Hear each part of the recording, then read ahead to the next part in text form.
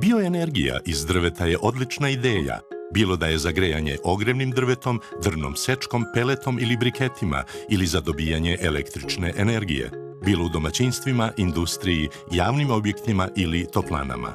Drvo je obnovljiv izvor energije koji je važan za lokalno snabdevanje energijom.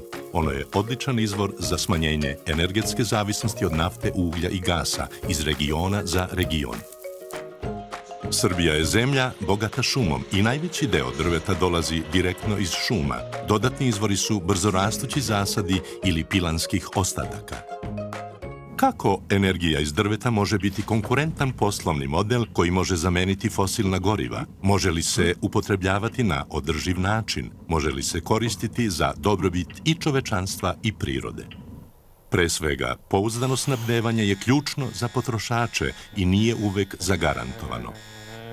Da bi se bioenergija iz drveta mogla koristiti kao obnovljivi izvor energije, njome se mora upravljati na održiv način, od šume do sagorevanja. To garantuje kvalitet energenata na bazi drveta i njihovu dugotrajnu dostupnost.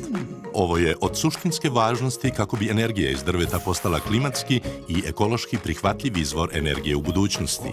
Velika količina drveta se izvozi, ali i domaće tržište ogreva također ima potencijal za razvoj regionalnih lanaca vrednosti. Ako je dostupna na lokalu, bioenergija iz drveta je održiva alternativa fosilnim gorivima, koje se danas moraju uvoziti. Da bi se ovaj potencijal mogao iskoristiti, moramo svesno uspostaviti regionalno tržište bioenergije iz drveta. Snabdevači lokalnom drvnom bioenergijom, takozvani logistički centri za trgovinu biomasom, ključni su za postizanje ovog cilja. Oni organizuju snabdevanje, preradu i otpremanje drvnih energenata, često upotpunjujući uslugu direktnom dostavom, ugovaranjem isporuke toplotne energije i održavanjem. Mnogi inovativni modeli upravljanja su mogući. Logistički centri za trgovinu biomasom tako mogu stvoriti nova radna mesta i postati partner za lokalni razvoj. Logistički centri za trgovinu biomasom su regionalni centri za obezbeđivanje snabdevanja drvetom od šumovlasnika, pilana i drugih drvnih prerađivača zajedno sa potražnjom od svih kupaca.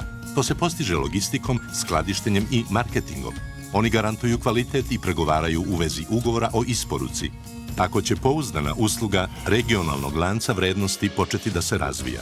Naravno, neko mora da započne. Potrebni su pioniri.